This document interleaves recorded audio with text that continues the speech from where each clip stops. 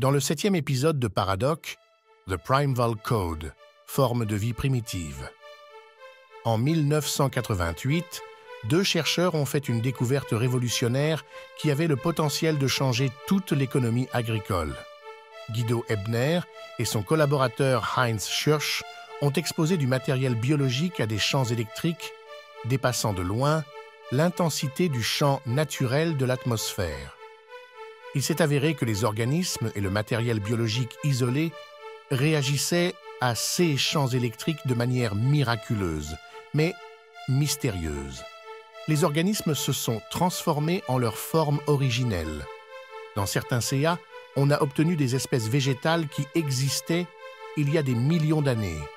Des gènes qui avaient été utilisés à une époque antérieure ont probablement été rappelés. En outre, la vitesse de croissance des germes et le taux de fécondation et de germination ont été augmentés ou la composition fondamentale d'une population a été modifiée.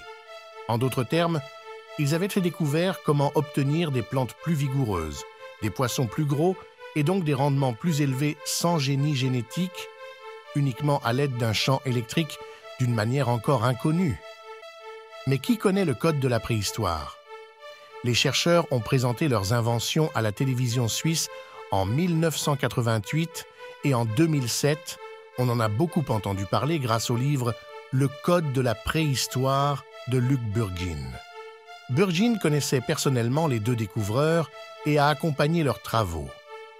Les découvertes ont été confirmées par plusieurs universités et plusieurs professeurs les soutiennent. Parmi eux, le prix Nobel Werner Harber. Il a déclaré à ce sujet « J'ai pu voir personnellement les séries d'expériences à l'époque chez Ciba et j'ai été vraiment impressionné. Depuis, cette idée ne me quitte plus. Je suis sûr qu'un jour quelqu'un le redécouvrira. » Était-ce l'alternative à la recherche génétique ou mieux encore, la réactivation de la diversité est-elle possible? Qu'est-ce qui se cache derrière cela? Qu'avaient découvert les chercheurs exactement? Les informations suivantes se basent sur l'interview passionnante de Daniel Ebner, le fils de Guido Ebner. Dans cette interview, il raconte comment ils l'ont découvert avec son père. Tout a commencé par des expériences sur des animaux où ils ont placé un champ électrique statique autour d'un rat en changeant constamment les pôles. On voulait voir si cela générait du stress ou si la fréquence du pouls du cœur s'adaptait au changement de pôle du champ électrique. Un champ électrostatique est un champ dans lequel aucun courant ne circule. On place une plaque chargée positivement en face d'une plaque négative et on l'isole de manière à ce que le courant ne puisse pas circuler. Il en résulte malgré tout un champ de tension car le courant veut en fait circuler mais ne peut pas. Il en va exactement de même avec le champ électrique de la Terre, c'est-à-dire le champ de tension entre l'ionosphère et la surface de la Terre. Si cette tension électrique se décharge, des éclairs apparaissent sur la Terre. C'est donc quelque chose qui se produit également dans la nature. Le rythme cardiaque du rat s'est adapté à l'alternance des pôles et aucun stress n'a été généré. Quoi qu'il en soit, on a ensuite placé une fougère de verre sous ce champ électrique et on a vu ce qui se passait. La fougère qui s'est développée à partir de cette graine était très différente de celle qui existait il y a des millions d'années. Le développement de la vie dans l'histoire est donc encore enregistré dans les gènes. La nature aurait donc une mémoire. Mais comment a-t-on su qu'il s'agissait de la forme originelle? Comment a-t-on su que la nouvelle forme dépendait de l'histoire des êtres vivants? Pour cela, on a pris des bactéries primitives qui vivaient déjà lorsque l'oxygène n'existait pas encore. Entre-temps, il existe des bactéries qui se sont adaptées à l'environnement et qui peuvent vivre avec l'oxygène. Mais il existe encore des bactéries qui vivent sans oxygène, c'est-à-dire qui n'ont pas évolué dans le passé pour s'habituer à l'oxygène, mais qui se sont retirées dans des niches. Par exemple, les bactéries salines. Celles-ci vivent donc sur ou dans le sel et ne peuvent pas vivre dans un environnement oxygéné comme l'eau par exemple.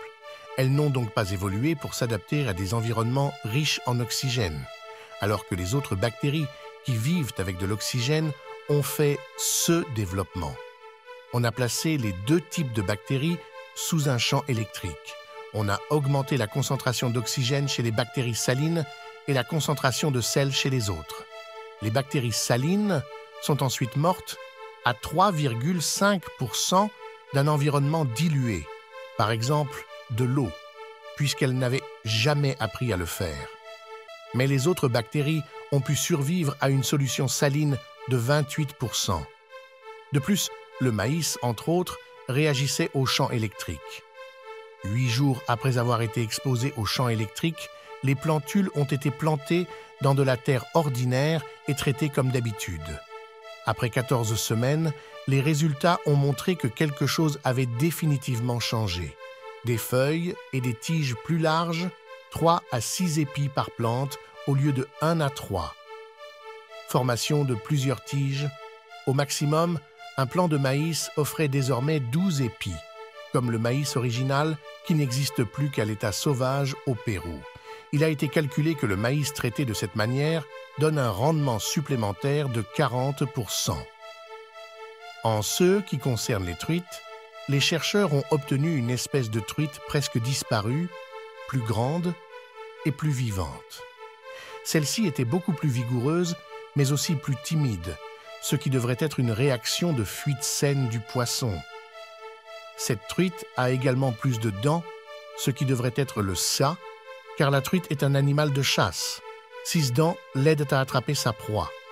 Mais si l'on donne de la nourriture aux truites lors de l'élevage, elles n'ont plus besoin de ces dents et la truite évolue négativement au fil des ans. Le caractère sain de la truite se perd. Il en va de même pour tous les autres animaux. Il semble que la nature enregistre les informations vitales pour elle. Les modifications négatives apportées à la nature par l'homme peuvent donc être annulées grâce au code ancestral. Pourquoi cette technologie n'est-elle pas utilisée alors qu'elle recèle un tel potentiel? Peut-être s'agit-il d'une conspiration secrète voulue? Ou s'agit-il simplement d'une technologie d'avenir encore inexplorée et non entièrement décodée?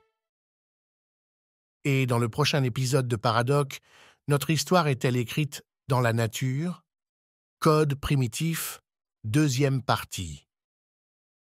Si vous avez aimé la vidéo, like-la, et si vous ne voulez plus manquer de vidéos de notre part à l'avenir, n'oubliez pas de vous abonner et d'appuyer sur la cloche. Vous soutiendriez énormément notre travail.